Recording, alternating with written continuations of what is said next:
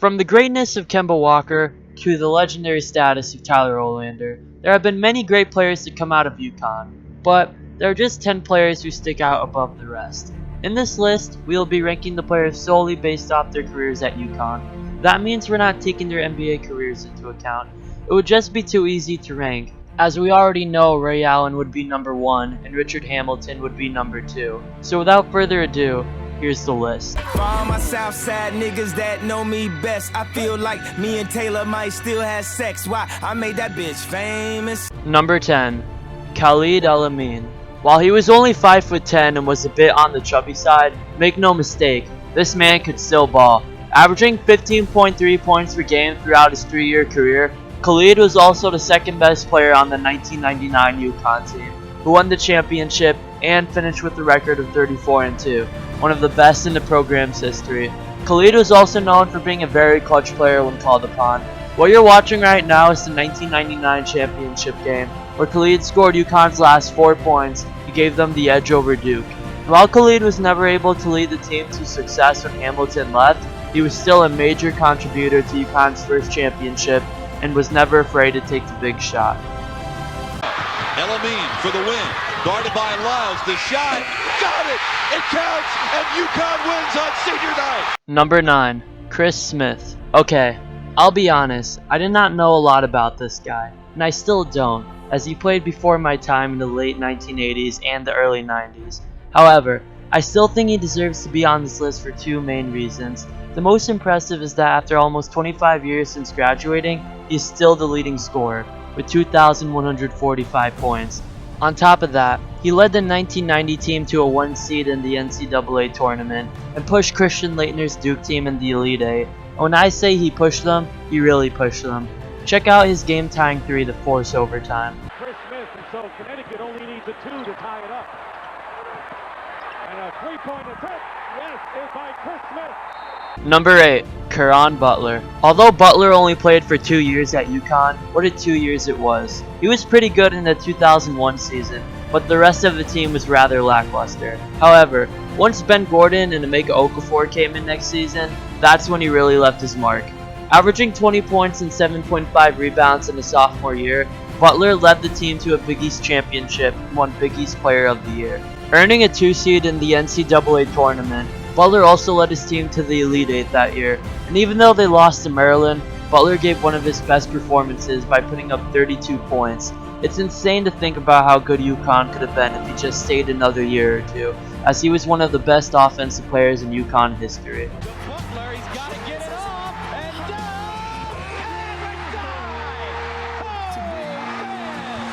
and Number 7. Dontae Marshall. He was mainly known for his 3-point shooting in the NBA, but at UConn, he could do everything else as well. Also one of the best scorers in UConn history, Marshall averaged 25 points and 9 rebounds in his junior year, making him one of the best players in the nation. He also won Big East Player of the Year that season and was a consensus All-American. He led UConn to a 2 seed in the tournament as well, only to be defeated by Florida in the Sweet 16. On top of that, he was also one of the most efficient players in the nation, as he averaged 50% and 51% field goal percentages for his sophomore and junior year, respectively. His outstanding efficiency, scoring, and rebounding rank Marshall at the 6th spot on this list. Marshall jumps out on Caver. Caver has it stripped. Dontae Marshall off to the races. Oh! Number 6. Ben Gordon. Athletic and explosive only begin to describe how good of a player Ben Gordon was. Averaging 19 points in his sophomore and junior years, he was statistically weaker than some of the prior players on this list. But I think that only occurred because of how talented the rest of the team was. Averaging 21 points per game during the 2004 championship run, Gordon was the best scorer on the team and was vital for the championship. Also, he was an amazing 3-point shooter, shooting 43% during his junior year. He may be the second best 3-point shooter to ever come out of UConn, only behind Ray Allen. And despite his lack of awards, Gordon still deserves to be on this list because of his athleticism and his contributions to the 2004 team. Deep to shoot. Brown looking. Got in trouble. Finds Gordon. Here's a 3. Timeout Villanova. Number 5. Shabazz Napier. Oh man, what a career Shabazz had at Uconn. Staying for all 4 years, Shabazz was an unbelievable player. He is the only player on this list to have won 2 championships, besides Tyler Olander at number 1. Not only was he a great 6th man for the 2011 team, but he led the 2014 team on one of the most improbable championship runs in NCAA history. Coming into the tournament, no one expected Uconn to win as a 7th seed, but thanks to Shabazz and the rest of the team's efforts, Uconn pulled off upset after upset. Similar to Ben Gordon, Shabazz also averaged 21 points per game during the tournament, winning the Most Outstanding Player award. Shabazz was simply an electrifying player whenever he was on the floor, and like most Uconn greats, he was cold-blooded and almost always came up big in clutch situations. It took a while for him to truly turn into a star, but once he did, it was remarkable. 8 seconds to go. There's the switch, they're trapping him. Napier's in trouble with 5 seconds to go. Lost the dribble, found it again, leans in. That's no good. Back tap, Napier for the win! He got it! Number 4. Ray Allen. One of the best 3-point shooters in NBA history, and undoubtedly the best in Uconn history. While Ray Allen never made it to the Final Four, he was still an incredible player and definitely deserves to be high on the list. I don't even know where to start with this guy. His 3-point shooting was absolutely absurd. In his junior year, he shot 46.6% from 3 on 247 attempts. To put that into perspective, Steph Curry is currently shooting 45.6% from 3 this season. Ray Allen was shooting more efficiently than Steph Curry. That's crazy. But Allen could score in other ways as well. He was an impressive dunker and his speed allowed him to get to the rim at will. In his sophomore year, him and Dontae Marshall led the team all the way to the Elite Eight. And then next year, he led the 1996 team to a 32-3 record and won the National Player of the Year award. But despite these accomplishments, Allen was only able to lead the team to the Sweet 16 that year. But even though he came up short in the NCAA tournament, Allen's skill set puts him at the 4th spot on this list. Gonna try to kick it out, a little handoff. Allen with Iverson on him, throws one up. Number 3. Richard Hamilton. Hamilton truly left his mark on Uconn in the late 90s. After a decent freshman year, Hamilton soared to new heights in his sophomore and junior seasons. Averaging 21.5 points per game in both those seasons, Hamilton led the 1998 team all the way to the Elite Eight, only to be defeated by UCLA. However, next season, Hamilton led the 1999 team to a 34-2 record, winning back-to-back Big East Player of the Year awards in the process. He then went on to lead the team to UConn's first national championship, starting a dynasty. Hamilton was a very special player because it seemed like he put up points almost effortlessly. He was an amazing shooter and also very quick.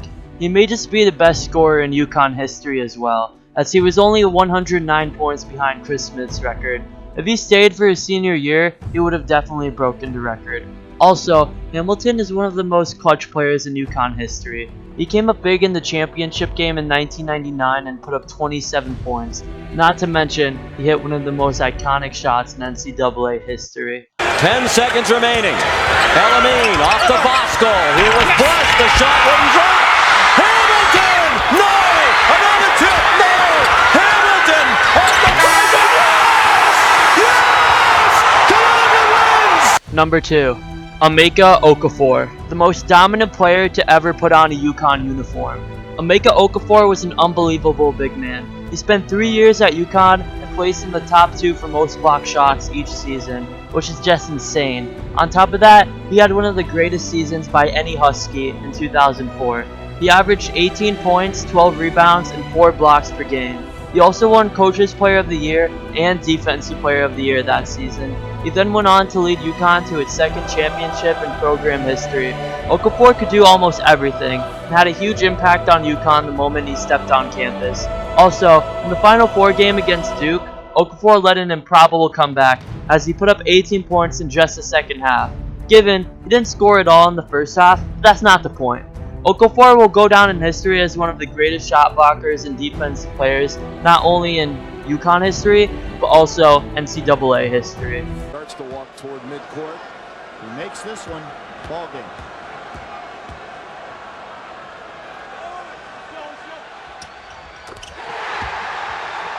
Number 1. Kemba Walker. Okay, this might be a little controversial, but please, hear me out first.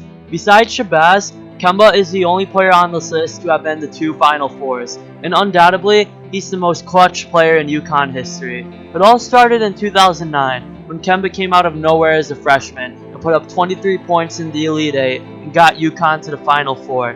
But he made his biggest mark in 2011 when he led the Huskies on one of the best championship runs in NCAA history. No one expected Uconn to make a serious run for any type of championship, but they did just that. As I'm sure you all know by now, Kemba carried the team to win 5 games in 5 days, averaging 30 points and winning the Big East championship. Absolutely unreal. He then went on to lead the team to win its 3rd NCAA championship in program history, shocking the world in the process. They started off only 21-9, but somehow won their last 11 games thanks to Kemba's heroics. He is the definition of clutch, as he performed in every elimination game. Unlike other players on this list, Kemba was not a star the moment he came here, but still, his heroics in the 2011 run make him the best Husky in history. He also hit one of Uconn's most iconic shots against Pittsburgh in the Big East tournament that year. 10 seconds to go. Coombs McDaniel on the screen. Walker with 7. Got a mismatch. Walker on McGee with 4. Kemba Walker. Step back. Walker. Cardiac Kemba does it again. Uconn wins at the buzzer. Currently, Uconn has a very bright outlook for the future. With Kevin Ollie as the head coach, anything is possible for the Huskies. If you guys disagree with my list, feel free to share yours in the comments below. I mean, the top 3 on this list can be sorted in almost any way, really. If you guys enjoyed, please like and subscribe, as this took me a very long time to make, and I will be making more content like this in the future. And as always, thank you for watching, and the credits are in the description.